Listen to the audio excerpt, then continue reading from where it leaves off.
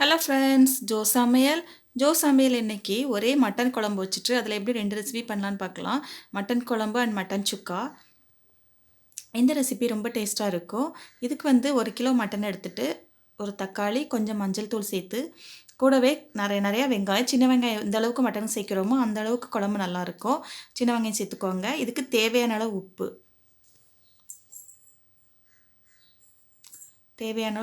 அப்புறம் 2 table spoon அளவுக்கு இஞ்சி பூண்டு விழுது, அதுவும் சேர்த்துக்கோங்க.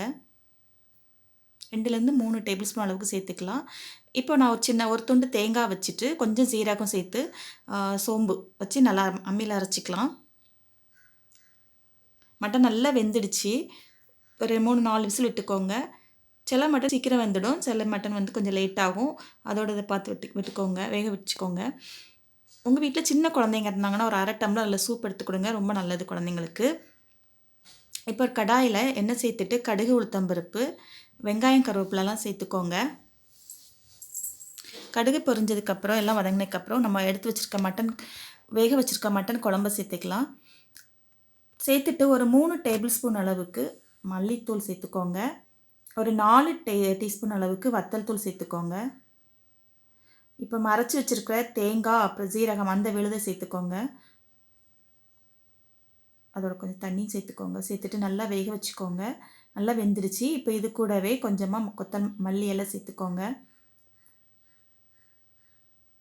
அவ்வளோதான், நம்மளோட மட்டன் குழம்பு ரெடி ஆகிடுச்சு. இப்போ மட்டன் சுக்கா எப்படி பண்ணலான்னு பார்க்கலாம். ஒரு பேனில் 2 டேபிள் ஸ்பூன் அளவுக்கு எண்ணெய் சேர்த்துக்கோங்க. சேர்த்துட்டு வெங்காயம், கருவேப்பிலை எல்லாம் சேர்த்துக்கோங்க. நல்லா வதக்கிக்கோங்க. நல்லா வதங்கிடுச்சு. இப்போ நம்ம இறக்கி வச்சுருக்க மட்டன் குழம்புலேருந்து கொஞ்சம் குழம்பு, அப்புறம் தேவையான அளவு மட்டன் அந்த துண்டு அதையும் சேர்த்துக்கோங்க. நான் வந்து பாதி மட்டன் எடுத்திருக்கேன். இதில் வந்து மீதி பாதி அந்த குழம்புலே இருக்குது. கொஞ்சம் குழம்பு சேர்த்துக்கோங்க. அப்போ தான் நல்லா இந்த கிரேவி ரொம்ப சுக்கா ரொம்ப நல்லாயிருக்கும். நல்லா ட்ரை ஆகிற வரைக்கும் நல்லா வதக்கிக்கோங்க. அந்த மட்டன் பீஸ் தெரிகிற அளவுக்கு நல்லா அந்த தண்ணியெல்லாம் நல்லா ட்ரை ஆகிற வரைக்கும் நல்லா வதக்கிக்கோங்க. இப்போ இதுக்கு தேவையான அளவு பெப்பர் தூள் ஒரு 2 டீஸ்பூன் அளவுக்கு சேர்த்துக்கலாம். பெப்பரை இடித்தும் சேர்த்துக்கலாம், இல்லைனா பவுடர் இருந்தாலும் சேர்த்துக்கலாம். இடித்து சேர்த்தா நல்லா இருக்கும் இந்த மட்டன் சுக்கா, பெப்பர் சுக்கா. பாருங்கள், நம்மளோட மட்டன் சுக்கா வந்து பெப்பர் சுக்கா நல்லா ரெடி ஆகிடுச்சு. ஒரே மட்டன் குழம்புல நம்ம 2 ரெசிபி பண்ணலாம், ரொம்ப நல்லாயிருக்கும்.